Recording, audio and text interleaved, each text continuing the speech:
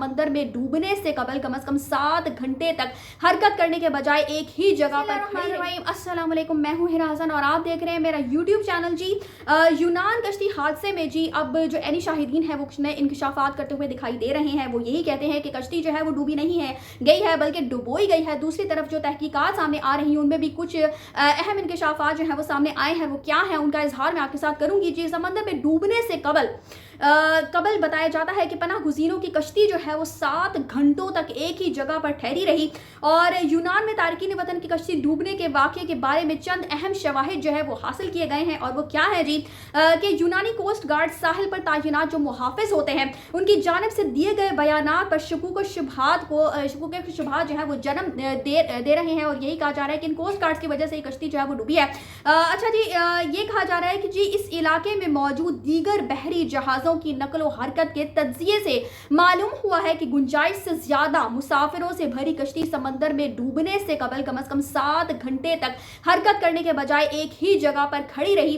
आपने अक्सर देखा होगा कि जब हम लोग बस में भी सफर करते हैं तो हमारे यहाँ एक बस के अंदर अच्छे खासे जो मुसाफिर है वो ठूस दिए जाते हैं, यानी ओवरलोडेड जो है वो बस हो जाती है। इसी तरह से ओवरलोडिंग की जो है वो हम लोग देखते हैं कि हर जगह जो है वो कोशिश की जाती है। और जब ओवरलोडिंग किसी चीज़ पर की जाती है तो फिर उस चीज़ के किसी हादसे का शिकार होने के इम्कान जो है वो बढ़ जाते हैं। और यही कहा जा रहा है कि ये कश्ती जो है वो भी ओवरलोडेड ही थी।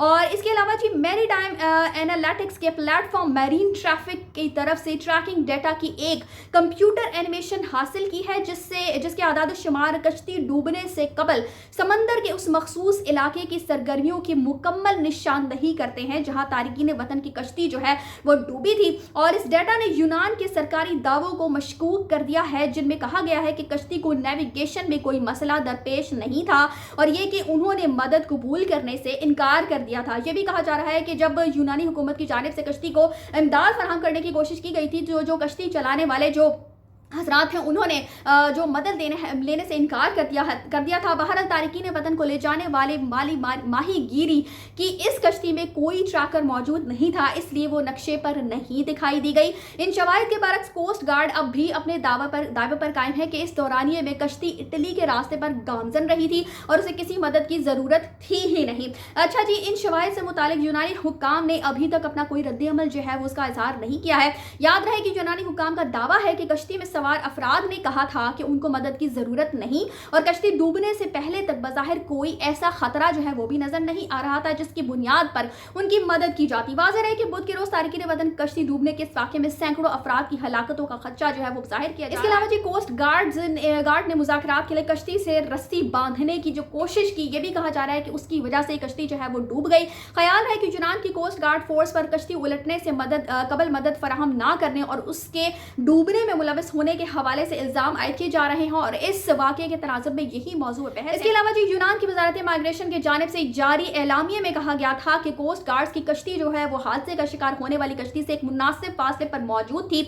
और यह भी कहा जा रहा है कि यूनान के कोस्ट गार्ड की जानिब से हादसे का शिकार होने वाली कश्ती के साथ हादसे से 2 घंटे कबल जो है वो रस्सी बांधने की कोशिश की ताकि उनसे मुज़ाकरात जो है वो किए जा सके। उन्होंने इस हवाले से वजाहत देते हुए कहा कि ऐसा कश्ती के बिल्कुल करीब आने में मौजूद अफराद की जानिब से मुज़ाहमत की गई। जब कश्ती बिल्कुल करीब आ गई दूसरी कश्ती जो है तो उस वक्त मुज़ाहमत की गई। और उनका मजीद कहना था जी कि कोस्ट गार्ड्स ने जहाज के कप्तान या उनके अफराद में से जो भी बात करने के लिए तैयार था उससे बात की क्योंकि उसने किसी कोई यूनिफॉर्म जो है वो नहीं पहना हुआ था। उनका मजीद कहना था कि कश्ती के डूबने में कोस्ट गार्ड्स मुलविस नहीं है चूंकि जो मुसाफिर है उनकी तरफ से इल्जाम यही आयद किया जा रहा है कि कोस्ट गार्ड्स की वजह से कश्ती जो है वो। इसके अलावा जो यूनान की कोस्ट गार्ड्स पर इससे कबल भी गैर कानूनी तौर पर समंदर के जरिए नकल मकानी करने वाले अफराद को वापस भेजने के हवाले से इल्जामात जो है वो लगाए गए। यानी कि जो हुकूमत है यूनान की जो हुकूमत है उसकी तरफ से कहा जा रहा है कि कोस्ट गार्ड की वजह से कश्ती नहीं डूबी है बल्कि वो उनकी मदद करने की कोशिश कर रहे थे, लेकिन दूसरी तरफ से मदद जो है वो उसको इनकार किया जा रहा था, उसको कबूल नहीं किया जा रहा था। जबकि मुसाफिरों का कहना यही है कि कोस्ट गार्ड्स ने जब कश्ती